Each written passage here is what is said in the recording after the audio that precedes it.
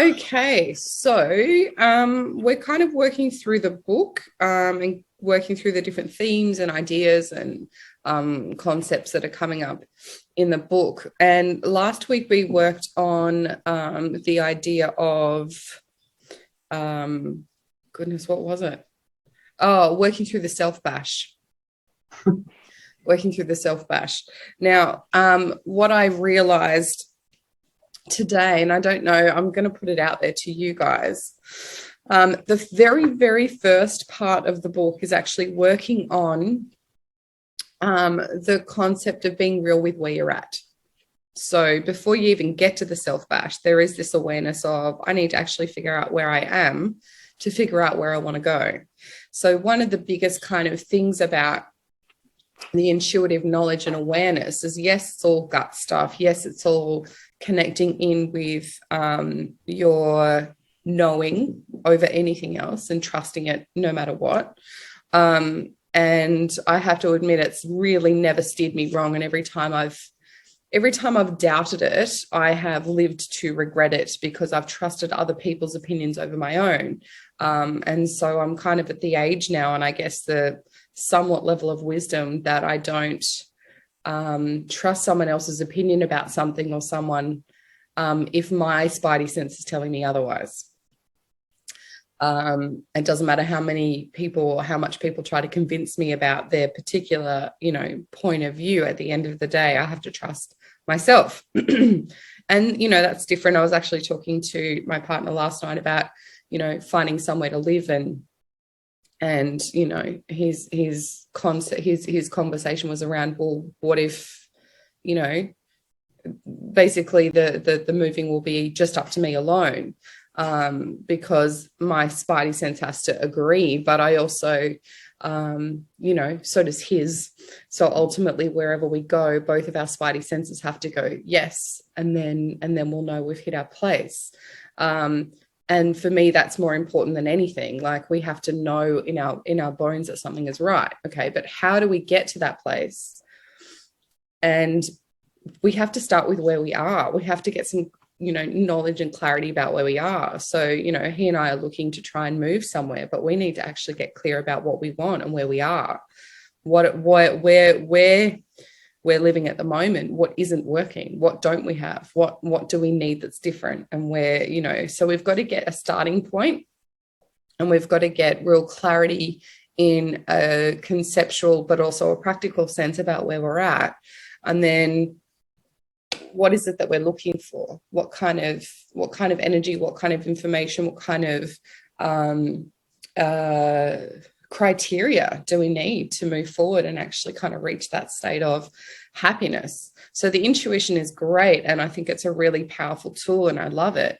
But intuition with intention is even more powerful, because then you have a very strong sense of where it is that you want to go. So your spidey sense can then match, in a word, I guess, your criteria, or at least your vision. So if you have a vision of what it is that you want, even if you don't have a practical list, and then your intuition can kind of go, yes, that's it. It's much easier. It's kind of like, trying to drive somewhere without a map. You can drive somewhere without a map, but where are you going to end up? And Mike Dooley's talked about this a little bit, and his analogy around this concept was more around manifesting than around intuition. But essentially, what he said was, you've got to have the GPS coordinates about where it is that you want to go, whatever that looks like. The most important thing around that is understanding how it makes you feel and what it is that you're going to get out of it. And when you've got that idea, when you've got an idea about how you want something to feel, or what you want it to look like, or how you want it to be, then basically you can get in and allow the universe to drive you there, basically. But you have to do stuff to get there. You actually have to make decisions and make baby steps towards where you want to go. So the very first step in that, though, is, where am I? What is and isn't working, and where do I want to go? So in the book, I've kind of, and in my workbook especially, so I've done a workbook that's separate to the book, And I've got different sections in there around where am I at? Where is my work at? Where is my family at? Where is my money at? Where is my whatever at? But what I thought we might potentially want to do this morning, if you guys are up for it, is just pick one thing. So pick one thing where you're away from where you want to be, and we can get a visual or spend a couple of moments kind of, and you can use a paper and pen if you want to. It's up to you if you want to grab some, or you don't have to. Paper and pen can be helpful. But basically get an idea about where are you at, what it is that you're experiencing at the moment. So it might be, so for us, okay, we're living where we're living, and it's kind of like a, what do they call it? Oh my goodness, a star chart. So you kind of put in the middle of the star chart where we're living, and then there's little lines coming out from it. So for us, it's kind of, what's the reality of where we're living? Well, we don't own it. The chances of us owning it at the moment are pretty rare because the house prices are insane. It might be, we have a good lifestyle. We've got, good schools close by. We've got friends that are not too far away, but we're a long way from family, or whatever it might be. So there's going to be a whole bunch of facts that we place around that central kind of hub. And the little spikes kind of give us a sense of awareness about where we are. What are the facts? How do we feel about it as well? So those are the facts, but how do we feel about it? Do we feel calm? Do we feel settled? Do we feel at home? Do we feel displaced? Do we feel lack of belonging? Do we feel whatever it is? So I'm just curious if you guys want to pick a thing. And if you would like to pick a piece of paper and pen and write down the different things that you feel about it, but also the practical elements about it. And then we'll come back into then where you want to go. So, and we'll get a bit of an idea about how far away from where you are you actually are at the moment, or from where you want to be, you actually are at the moment. So you can visualize it as well. You don't have to write it down. It is always more concrete when you write it down, but I also know that it's very early and you might not be near paper. So give yourselves a moment to kind of write that down and see where you're at. Quite a massive topic. Tell me when you're done. Just pick one thing, just one thing. So it could be shades of lipstick that I own. It could be, how and when I eat breakfast. It could be anything that you feel that you want your intuition to guide you towards. And it could be the smallest thing. What kind of bread do I eat? It could be that. It could be what color hair do I want? Or, the color hair that I have. It could be anything. It can be very, very small, or it can be the bigger type question that Luca and I are asking at the moment. So have a bit of a moment to kind of play with that and see what comes up for you.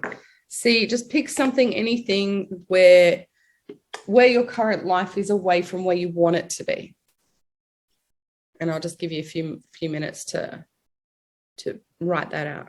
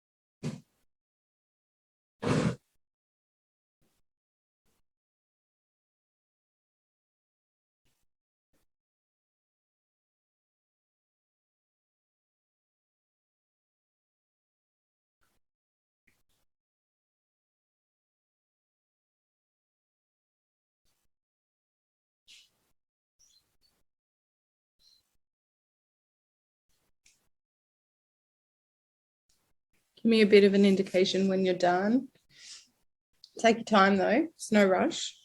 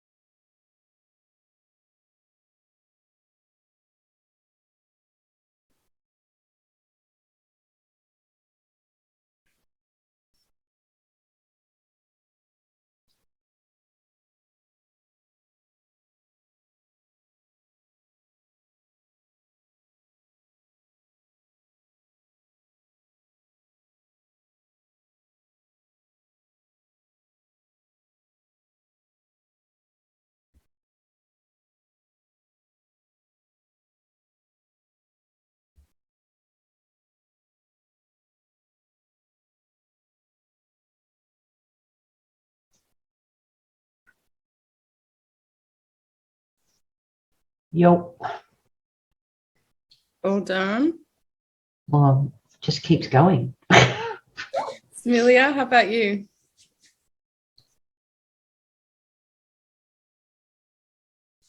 Have we got you? Unmute yourself if you can, if you want to.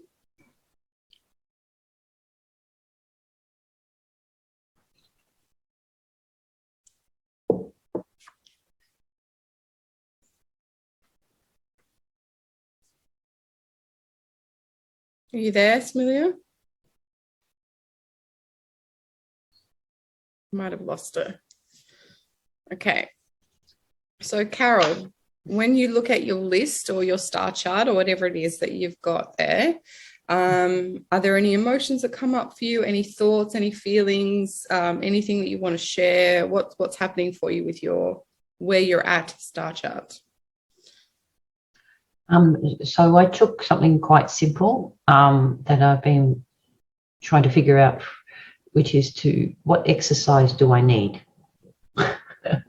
Because as you get older, you need to be a little bit different from the agility that when you're younger, right? Yeah. So I'm trying to figure out what I need to move it forward. Yeah. And so so it was interesting. It didn't bring up. It just felt like, okay, put all what you offered here was to put everything down onto a chart so that we can see or get a clearer picture or get an overall picture, and then say, okay, I feel good about that, and I feel like, that's a bit of a weakness, or that's something I need to work towards, I suppose. Nice.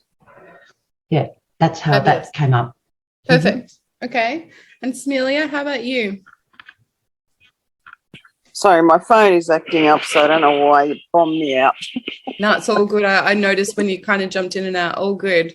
So did you pick a topic, or were you able to find something that you wanted to kind of... Yeah, so I've written down my bits, whatever. Okay. Any thoughts, any feelings, any kind of triggers, anything that's coming up for you that you want to share or that you're aware of? Sorry, no. I'm too involved with the phone to think with any depth, but nothing comes up.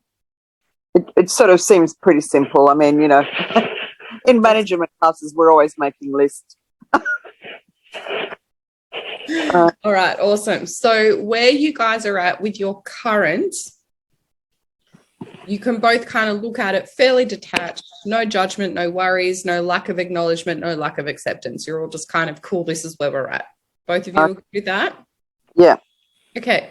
So now what I want you guys to do is spend a moment and close your eyes and visualize how you want it to be instead. Okay. So that can be anything from being aware of the list that you've got and having an awareness of the list of where you want to be, and you can just write it straight down. Or if you're not really sure, just spend a bit of time imagining how you want the new thing to feel, right? Or how you want the new thing to look. So Carol, if yours is exercise, it might just be how I want to feel every day, or what I want my body to be able to do differently, or whatever it is that is the goal of the exercise. I want you to kind of spend a bit of time thinking and visualizing what that looks like, and write down how it makes you feel. Or you might already have a vision of, okay, I want to be able to exercise, but I only want it to be twice a week, for example, and you can write that down. So it can be practical, real world things, or it can just be how you want it to make you feel.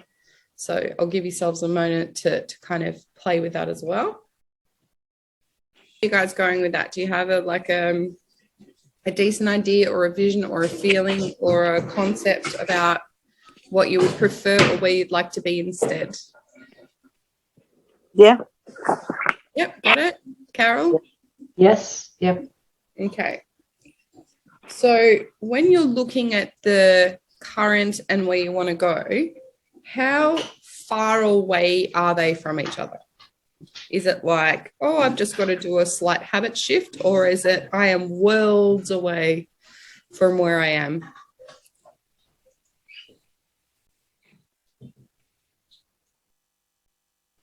How far away do you reckon?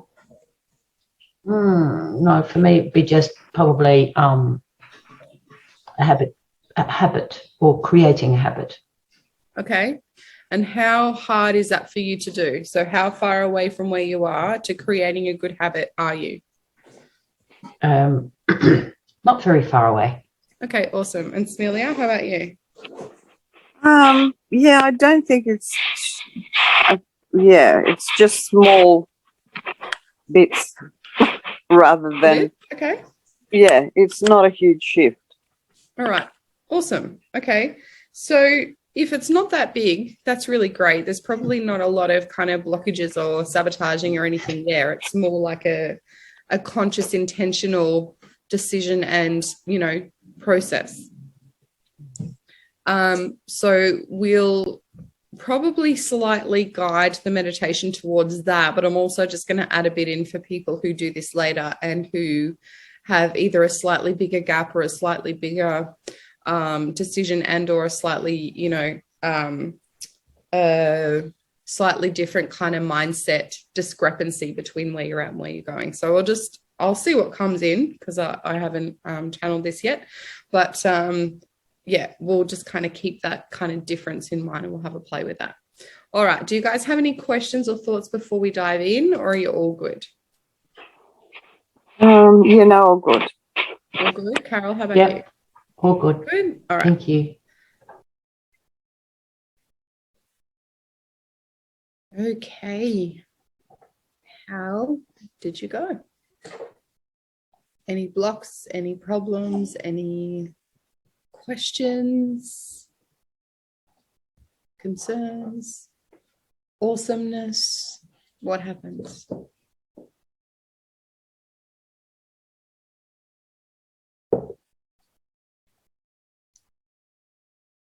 Anything you want to share? It all felt like it was achievable. Yay. It was like, what was the problem before? Awesome. Perfect. I love that. Excellent. Carol, how about you? In this one, I felt that was gentle. It was interesting about when you said light up in front of you. So that was interesting, because there was a kink and a few, and the trail. And then when you said go to each station, I thought, oh, there's more stations than I thought. But I kept on seeing this kink, deviation, and so it wasn't a straight line. Yeah. Yeah, it's amazing how much those journeys are not just straight lines. Yeah. And then the number of lights, and I thought, oh, right, okay, well, let's just go in with an open mind on this one. So I'm not sure why there were a few of them, but it's achievable, as Amelia said. It was like, absolutely, it can be achievable. Absolutely. Yeah. Every problem has a solution without a doubt. And sometimes the distance between where we are and where we're at is bigger than we think, but sometimes it's actually just a case of getting out of our minds around it, literally, and just jumping into a visualization and just taking steps. And, that's the difference, I believe, between achieving things and not sometimes, when we have when we can get out of our own obstacles in our mind and realize that actually it really is just one baby step after one baby step. And as long as we keep doing that, we'll get to where we want to be. And putting that in a visualization can be quite powerful. So I'm really grateful that you guys participated in that. Does that feel helpful if you want to kind of step into something that you want to achieve and do? Would that be something that you feel like that you could do, for various different things? Yeah, it is. Absolutely. I think the same methodology we could use for any, I don't know, I don't like the word problem, but any maybe issue that you've got, whether it's something small like, lipsticks or, something major. It's like, should I move? Yes. Awesome. Yay. Well, I'm so pleased. And especially when you mentioned at the end to how to get up that mountain. You gave a couple of variations, so I thought it was really cute. It was interesting because it is however you climb that mountain and you choose to get the celebration at the end. And it was really funny because I just imagined just climbing it. I thought of all the other options and I climbed it, and I felt like Julie Andrews in The Sound of Music. And it was just this beautiful feeling of exactly. And that's the beautiful thing, because if you can embody that feeling, that's what's going to get you there, right? That's the motivation. It's not the goal, right? This is a really amazing distinction. I'm glad you said that. It isn't the goal. The goal is amazing, and if we can get the goal, yes, but it's the feeling of the goal. That's what's out. That becomes our GPS. That becomes our guidance. That becomes the thing that we're looking for when we're on that journey. And when we hit that Sound of Music energy, we kind of know that we're close or we're there, right? And that's the key. That's amazing. I'm so glad you pointed that out. That's awesome. All right. Well, thank you very much for participating in that. I hope that was really helpful. And thanks as always for showing up and hanging out with me.